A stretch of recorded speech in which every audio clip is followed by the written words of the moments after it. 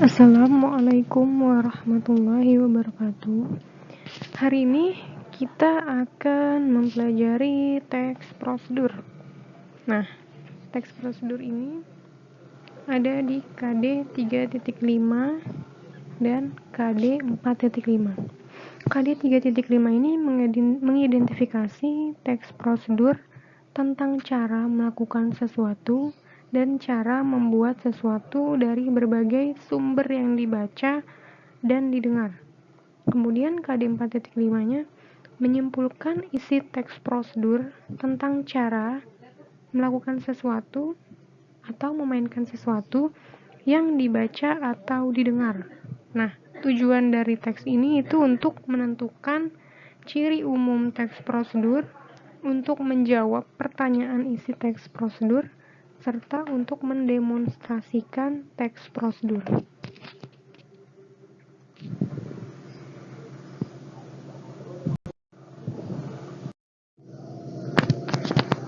Lanjut, di sini ada subjudul. Yang pertama ada mengidentifikasi, yang kedua menyimpulkan isi, yang ketiga struktur dan kebahasaan, yang keempat menyajikan, yang kelima ada rangkuman, kemudian di sini ada tugas proyek, ada kuis. Nah, yang pertama itu mengidentifikasikan. Nah, apa sih teks prosedur? Teks prosedur ini bertujuan untuk membantu pembaca memberikan penjelasan tentang cara melakukan sesuatu atau membuat sesuatu dengan jelas sesuai urutan yang telah ditentukan. Teks prosedur ini banyak kita temui, contohnya dalam membuat suatu resep masakan, penggunaan barang elektronik, cara melakukan kegiatan, dan lain sebagainya. Nah, ciri umum teks prosedur ini berisikan tentang langkah-langkah yang akan dikerjakan, bersifat menginformasikan suatu hal dilakukan dengan menggunakan penjelasan yang rinci. Langkah-langkah yang dikerjakan harus sesuai urutan dan terdapat alat dan bahan yang digunakan. Selanjutnya di sini ada menyimpulkan isi teks prosedur. Nah, menyimpulkan isi teks prosedur ini dapat dilakukan dengan menggali informasi-informasi intinya terlebih dahulu, lalu gabungkanlah ke dalam beberapa kalimat. Nah, langkah-langkahnya itu yang pertama ada memahami judul bacaan. Kita harus pahami dulu. Kita kan di dalam teks tersebut judulnya apa. Kemudian yang kedua mencermati kata dan kalimatnya. Kita harus mencermati kata dan kalimatnya juga untuk mengetahui teks prosedur tersebut. Kemudian setelah kita pahami kata dan kalimatnya, kita juga harus pahami isinya. Setelah kita pahami isinya, kemudian kita catat bagian-bagian terpenting pada teks.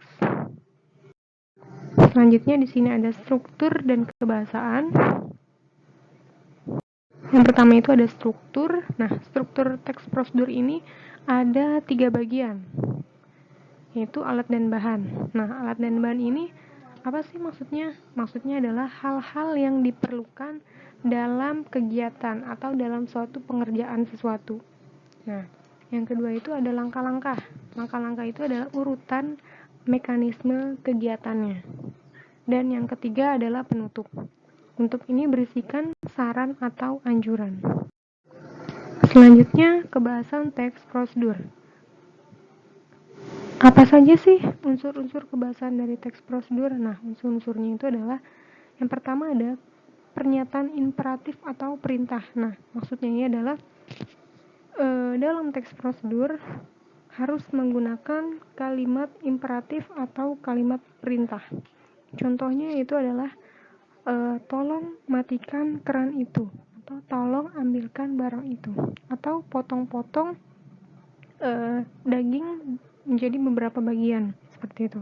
Kemudian yang kedua menggunakan kalimat saran. Nah, ini juga harus ada di dalam teks prosedur. Yang ketiga menunjukkan urutan waktu. Nah, dalam urutan waktu ini terdapat pada langkah-langkah teks prosedur.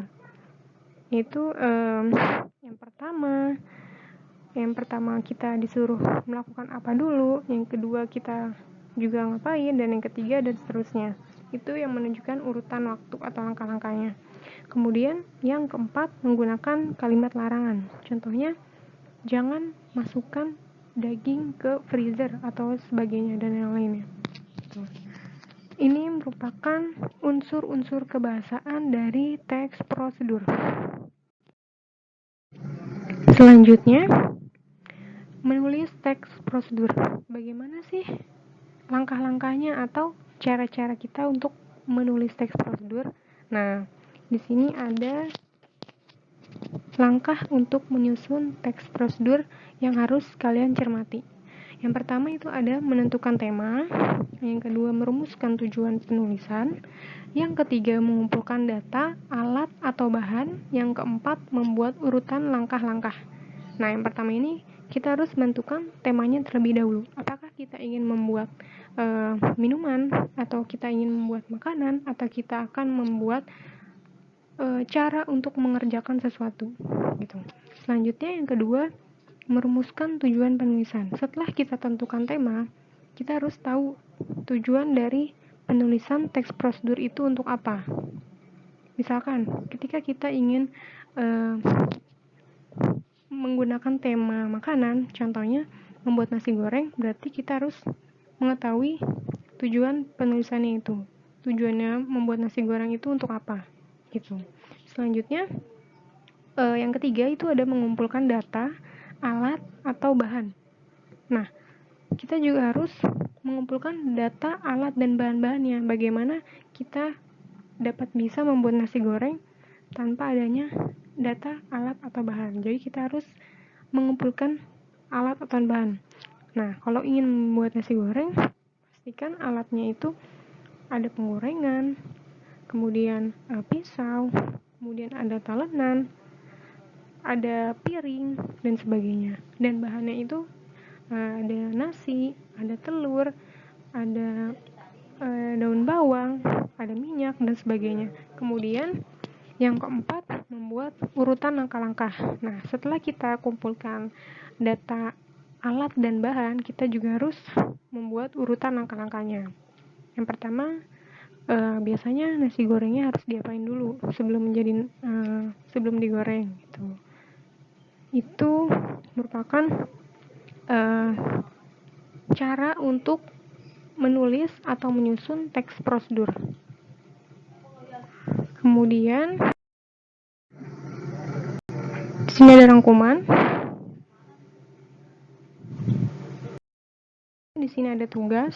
Nah, dari pembelajaran hari ini, Ibu akan memberikan tugas untuk kalian, tugas kelompok.